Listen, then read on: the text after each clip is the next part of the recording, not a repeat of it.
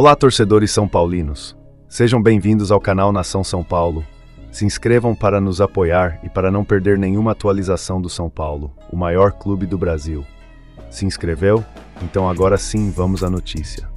Os grandes clubes, começamos pelos clubes de São Paulo, tá bom, Mari? Edu Afonso no nosso telão com as informações do Tricolor Paulista. Edu, bom dia. Tudo bem, Mari? Bom dia a você, bom dia ao Bruno, aos comentaristas e ao fã de esportes. Olha só, vamos lembrar que assim que o São Paulo foi eliminado do Campeonato Paulista, além daquele discurso do Casares e do Belmonte lá na zona mista do Allianz Parque, o São Paulo encaminhou um ofício à Federação Paulista reclamando da arbitragem do Flávio Rodrigues de Souza e também do Rodrigo Guarizo, que era o árbitro do VAR. Bem, depois de algum tempo, né, o campeonato está praticamente acabando, chegou a resposta ontem. O ofício foi respondido pela Federação Paulista de Futebol. No ofício, a federação, através do seu presidente, o Reinaldo Carneiro Bastos, diz que realmente houve erro da arbitragem, reconhece o erro no pênalti marcado no Vitor Roque pelo Arboleda, mas também defende a arbitragem, dizendo que são dois árbitros com escudo FIFA e que a federação trabalha neste momento para melhorar cada vez mais a arbitragem no futebol paulista. Há um novo pedido de desculpas ao goleiro Rafael pela declaração dada no dia seguinte pelo presidente da entidade, falando que a culpa foi do Rafael e não da arbitragem. Enfim, mandou uma resposta ao ofício, que não é muito comum de acontecer. São Paulo recebeu, encarou como normal a resposta, ainda não se posicionou se saiu satisfeito, se não ficou satisfeito, se esperava mais, se esperava menos, mas enfim, foi feita uma resposta por parte da federação. Então, a partir de agora, o São Paulo deve, quando for prejudicado, intensificar os ofícios para novamente ter as desculpas ou as justificativas da federação em relação aos erros. Ainda repercutindo a eliminação do Paulista, mas claro, já tem que também virar a página, né, Edu? É isso, até por isso eu vou começar essa minha entrada, Bruno, trazendo a palavra no mesmo evento, né, que foi o da eleição do Edinaldo para presidente da CBF, do presidente Júlio Casares, que lá estava e deu seu voto ao atual presidente da Confederação Brasileira de Futebol. Ele foi questionado pela nossa reportagem sobre o time montado e sobre a possibilidade de venda de garotos na metade do ano, na janela de meio do ano. Respondeu desta forma. Um calendário longo, com grande dificuldade, mas o São Paulo se reforçou, promoveu meninos da base e nós estamos esperançosos de fazer uma maratona com bom resultado. Isso é uma questão de mercado. Sempre um clube brasileiro necessita venda, ele é recorrente nisso. Então nós vamos estar atentos ao mercado, já vendemos jogadores no começo do ano e certamente no meio do ano, se tiver alguma oferta boa para o São Paulo, boa para o atleta, será analisado. Quem já saiu foi o Eric, treinou pela última vez ontem aqui, acertou com o Vitória, foi emprestado até o final do ano, estava tendo poucas oportunidades com o Zubeldia. Com isso, cresce a chance do Lucas Ferreira, que subiu da base, ser melhor aproveitado pelo treinador a partir do início do Campeonato Brasileiro. Quem está treinando depois de ficar ausente de um jogo-treino é o Caleri, ele fica à disposição para o jogo do final de semana. A dúvida continua sendo o Lucas Moura. Outro assunto fora de campo importante, o empresário Marinax, o grego, já assinou ali um memorando com o São Paulo para investir dinheiro na categoria de base. O memorando é uma espécie de pré-contrato. Agora os últimos detalhes serão acertados. E com esse pré-contrato, o contrato oficial será assinado e provavelmente o Edu Gaspar, que todos nós conhecemos, jogador ex-Corinthians, jogou na Inglaterra, trabalhou na CBF, trabalhou em outros times, que já andou visitando o CT de Cotia. O Edu Gaspar vai ser o representante do Marinax na base do São Paulo, assim que o contrato for assinado. Bruno e Mari. O favorito é a projeção do elenco do São Paulo. Federação Paulista, 10 dias depois, assumiu o erro óbvio e tal. Acho que é uma tentativa, começar pelo assunto menos interessante, esse aí, vai ter a final na quinta-feira, o campeonato tem uma mancha que não tem nenhuma flanela que tire, que é essa mancha da semifinal. A federação, eu acho que ela demorou muito, essa é a nota, né, em que ela fala do lance do Arboleda com o Vitor Roque. E a pergunta é, por que não foi no dia seguinte? Não era tão mais bonito, né? Claro, era hora. Mas era mais difícil. Sim. Né? Mais bonito, mais difícil. Né? Agora já passou uma partida, o assunto deu uma esfriada. Provavelmente, daqui a Há alguns dias o Flávio vai estar apitando pelo Campeonato Brasileiro, provavelmente é outra confederação, outro comando, aliás tem novo comando de arbitragem. Mas, de fato, não foi um erro qualquer, continuo considerando o principal erro desde a era do VAR num jogo importante no Brasil, pelo contexto todo. Mas passou, né? E acho que esse movimento da federação nada mais é do que uma reaproximação do Reinaldo Carneiro de Bastos, presidente, com o Casares. São Paulo é um sócio importante da federação. Aquela coisa de transformar o campeonato em pré-temporada e jogar com um time alternativo para o ano que vem é mais ou menos Os dois estavam juntos ontem na eleição do Edinaldo, aliás, todo mundo, né? Todos os clubes votaram no Edinaldo, da Série A, Série B, as federações, é mais um afago no time eliminado, né? Sobre a saída do Eric, acho que é uma questão, eu estava conversando com o Vessone e vendo o presidente do Ceará falando. Não é o Eric. O Eric talvez fosse do elenco atual do São Paulo o jogador que menos desempenhou em 2025.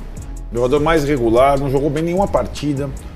O Eric tem no elenco concorrentes jovens da posição, como o Henrique e o Lucas Ferreira, da base do São Paulo. Mas o movimento, e eu venho falando isso desde o ano passado, quando eu entendi o que o São Paulo faria, que é um movimento arriscado, e quando falo o presidente do Ceará, é um bom exemplo. Eu contratei 18.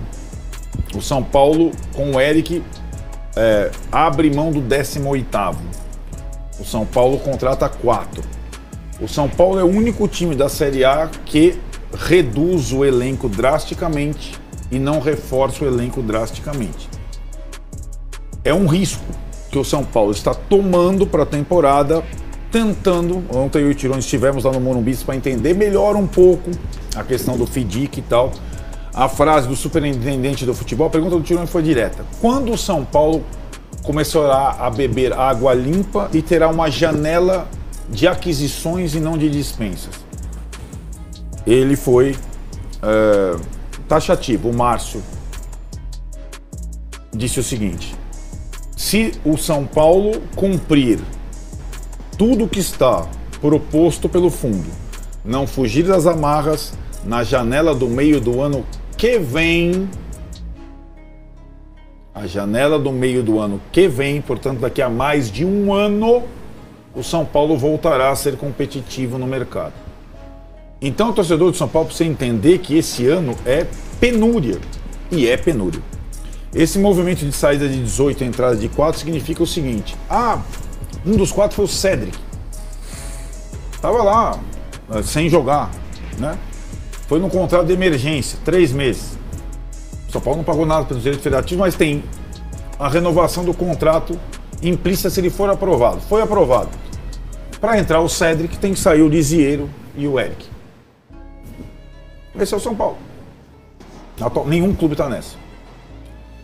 E a questão não é a saída do Eric para aproveitamento de 2 jovens da base nessa posição. É dilacerar um elenco reserva. Essa foi a alternativa que o São Paulo encontrou, reforçar o time titular, esvaziar o time reserva e apostar nos jovens. Todos esses jogadores, praticamente todos que saíram, foram úteis em algum momento do ano passado. Não fundamentais, mas foram úteis. Então é uma alternativa de risco que é preciso ser explicado ao torcedor toda vez, para o torcedor entender que esse ano vai ser o time que mais cautela terá e menos investirá dos 20 clubes da Série A do brasileiro. Não é menos do que o Palmeiras, co-irmão, e que o Flamengo. É menos que o Ceará. É menos que o Juventude. É menos que o Fortaleza. Então essa é a temporada do São Paulo, que vai começar agora com frente tripla e com menos 18 jogadores, mais 4. Né? Então essa é a situação. Como a torcida do São Paulo já não aguentava mais o Eric, que quer a base e tal, vão subir os caras da base. Mas aí os caras da base vão ter que jogar de uma forma ou de outra. Não vai ter essa... Estão prontos? Estão não sei o que lá? Então, vai ser, provavelmente, o Lucas Ferreira, o substituto do Eric, já no banco contra o o Sport no sábado. O que me parece que o movimento do Eric isoladamente não é ruim. Exatamente, esse não é ruim mesmo. Isoladamente, estou liberando o Eric, que não acontece nada com ele aqui, e vou abrir espaço para a base. Tá perfeito. O movimento dele é que ele vira o 18º. Ele é uma coisa muito maior nesse movimento. De lado de campo, saíram. Vai ter a saída do São Paulo? Vai ter as saídas do São Paulo neste ano. Não são os 18 que você falou, porque tem porque uns alguns caras já no ano estão lá passado. fora. Mas, olha lá. Só de lado de campo. Então, ali tá, eles estão aí, né? De lado de campo, o William Gomes, o Eric, o Wellington Rato jogaram, e o Michel também, muitas vezes pelos braços do Zubeldia, jogou de lado de campo. Saíram 4 jogadores que podiam cumprir essa função, né? 4 jogadores. E tem uma situação, né, Vessone? De alguma forma, fora o William Gomes, foi uma venda, você reforça o adversário, certo? Então, 2 desses caras estão no Bahia, 2 estão no Vitória. E assim é, né? Então, aí temos 10, mas no total são 18 que saíram da folha de pagamento do São Paulo. Não tá aí, por exemplo, já Jamal Lil saiu esse ano. Né? Tipo, outros caras. Quero olhar, já é uma janela com esse propósito. Dívida do São Paulo foi para 900 milhões, é o balanço atual. Nós tivemos acesso ao número ontem, 900 milhões. E o FDIC começou a rodar. O São Paulo vai começar aos poucos a respirar na questão da dívida. Agora, investimento no futebol, é isso, é o clube que vai reduzir 1,5 milhão a folha de pagamento do seu time de futebol. Nenhum time está reduzindo a folha de pagamento dos 20 clubes da Série A. Pelo contrário, é um movimento arriscado, é um ano arriscado. A minha dúvida, se entrar ou fechar o acordo com o Grego lá, o aporte inicial, aquela pancada, pode ser usada para contratar jogador? Não, ninguém sabe. Exatamente, né? Não exatamente, não é essa, é um investimento da parceria com o Grego, é a parceria para a base, para fomentar a base, para contratar mais jogadores da base. Sim, mas ele daria um aporte inicial, lembra? E esse para base aumentar o seu poder de investimento, né? Dentro vocês na conversa, eu assisti uma parte, mas não toda. Vocês descobriram como fica o pratrás-mente da base, se o Grego vai indenizar o São Paulo? Não, essa é uma boa questão. São detalhes que não mesmo o Márcio não soubia dizer. Essa é uma questão, e foi o que ele falou, a parceria com o Grego, de tão polêmica, não está nem formatada ainda e apresentada ao Conselho, é um assunto que só o Casares está tratando.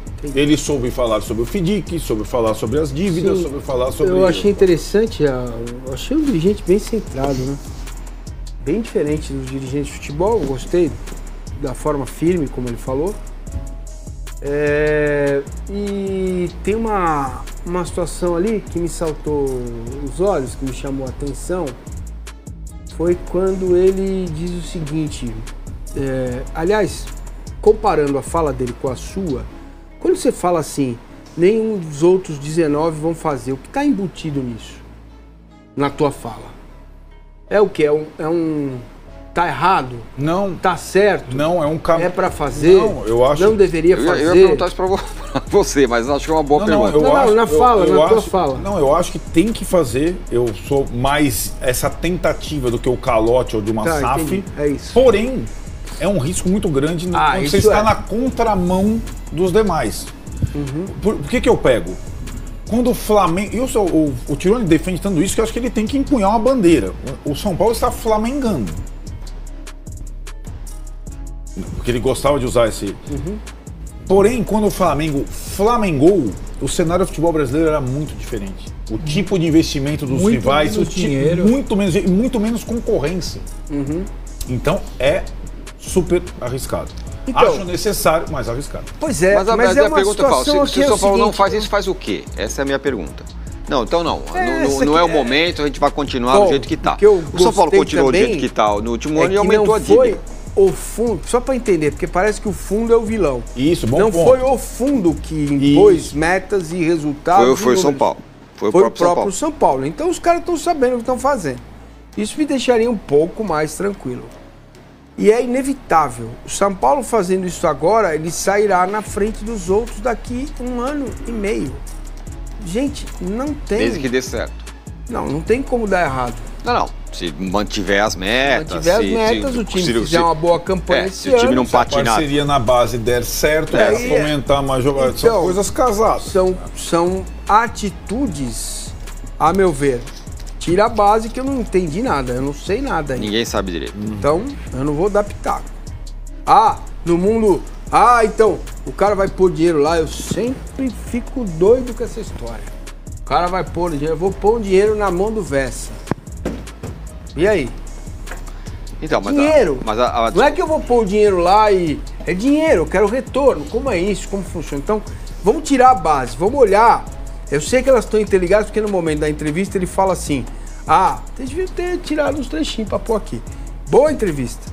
Aí tem um momento que ele fala assim: esse é o círculo virtuoso. Quer dizer, a base com fomento, com recurso, processos modificados, ele fala sobre isso.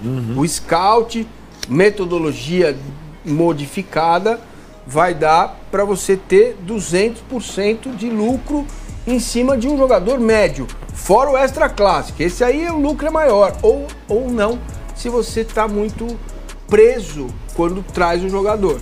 Às vezes você abre mão de ter mais uma fatia maior do jogador, para ter o extra classe. Então é uma vitrine, você vai ganhar um dinheiro nele, talvez até ganhe menos do que negociar um jogador mediano.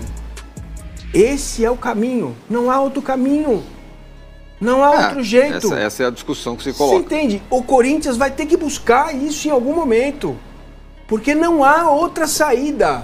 Perfeito. Só a prova do que você está falando, a opção, aí é o departamento de futebol, tem um orçamento restrito, tem que economizar X por mês na folha de pagamento, mas é o departamento de futebol que escolhe o que fazer com esse orçamento.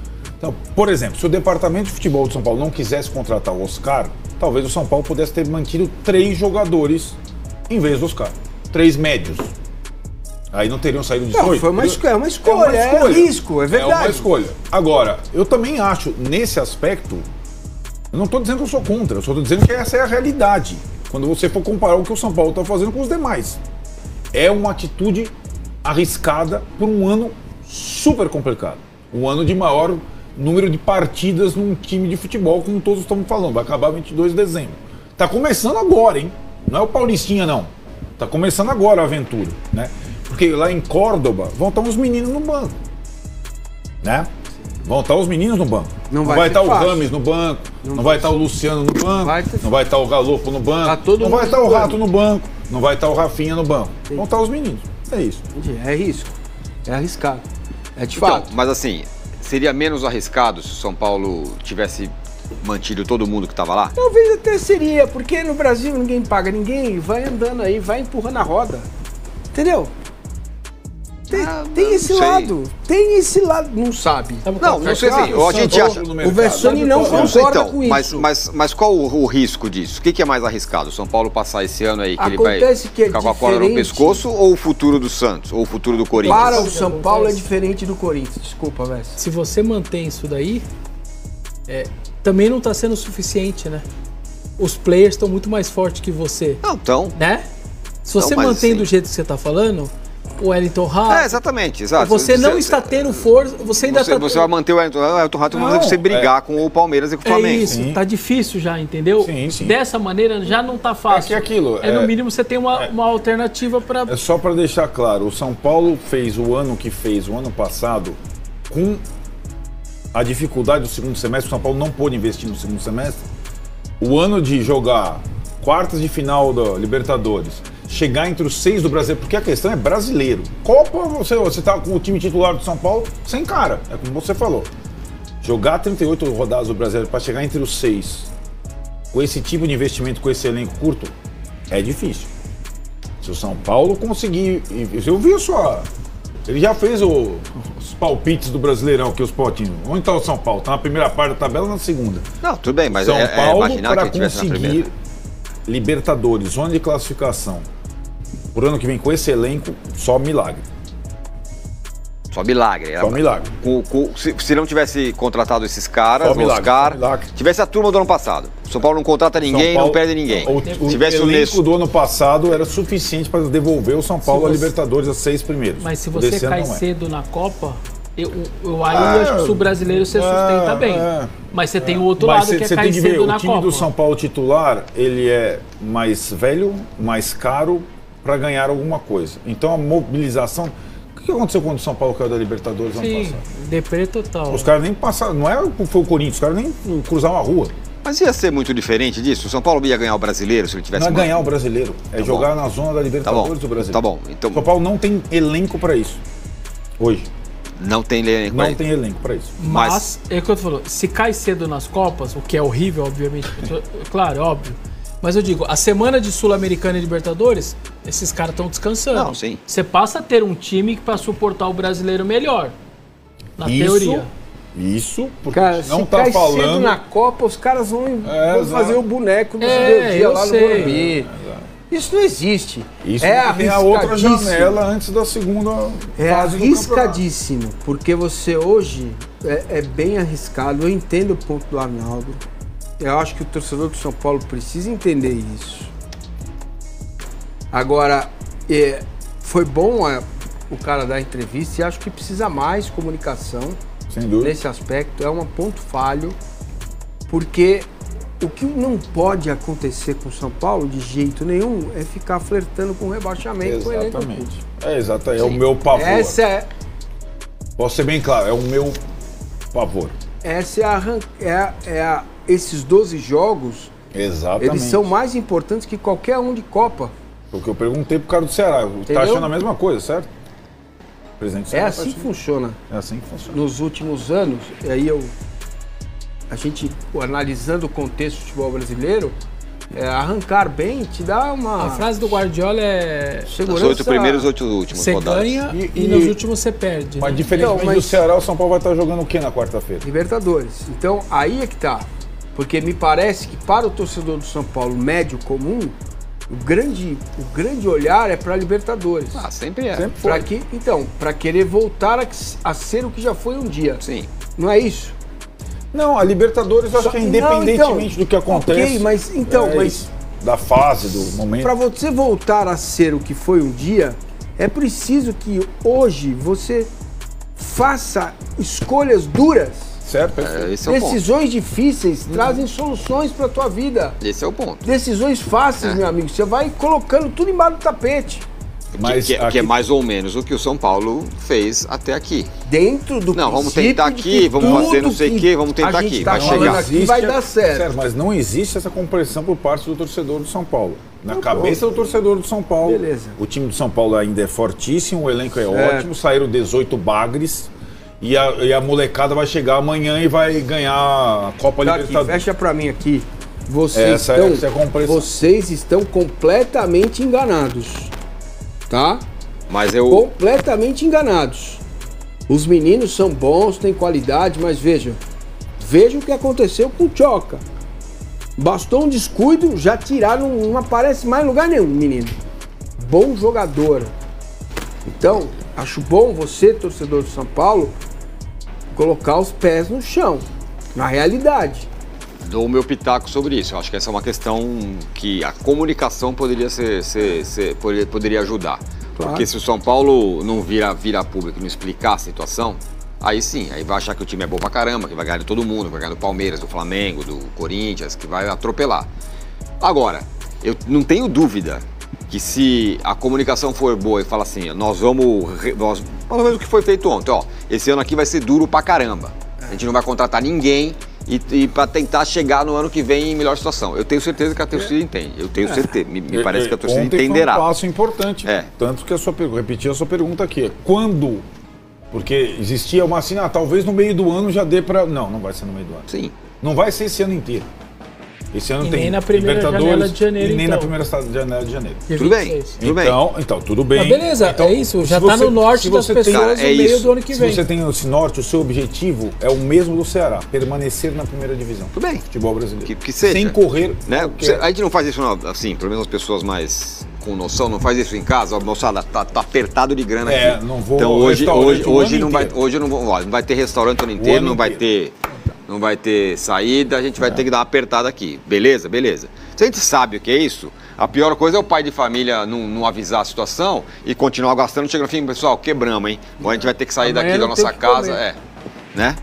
É o pior, que é mais ou menos o que vinha acontecendo com o São Paulo. O São Paulo vai anunciar um balanço em que ele fez alguns cortes que deveria ter feito só agora e o balanço está se aproximando de 1 milhão de dívida. Olha como é louco, né? 1 bilhão de dívida. Olha porque fecha 31 de dezembro, né? Olha como a irresponsabilidade custa caro. O que esses caras fizeram lá atrás praticamente coloca o São Paulo amarrado até 2030. Porque a ideia de renovar contratos hoje, correr o risco, patrocínio, a Bet e tal, não sei o que. Por que se faz isso? Ora, o São Paulo precisa de lastro para ter credibilidade e diminuir a dívida dele. Exato. E o lastro é esse, são contratos que você mostra lá, falando, ó, eu tenho como pagar. Isso. Então vamos alongar a dívida para eu respirar. E aí você começa a respirar. E agora isso tem um risco também. O mercado cai lá na frente, o São Paulo tá bonito. Se o mercado subir, a conversa vai ter que voltar para a mesa. E há gatilhos. Sobre isso tem gatilhos, né? O São Paulo também se prepara. Então, me parece, depois de ouvir, que a ideia é boa. De tudo isso, tem uma megalomania do Casares que é mexer com o estádio agora. Não é hora. Claro que não. Não é hora. Claro que não. Veja o que está acontecendo com o Flamengo. O Flamengo. Sim. Aliás, a gente esteve lá no Morumbi ontem.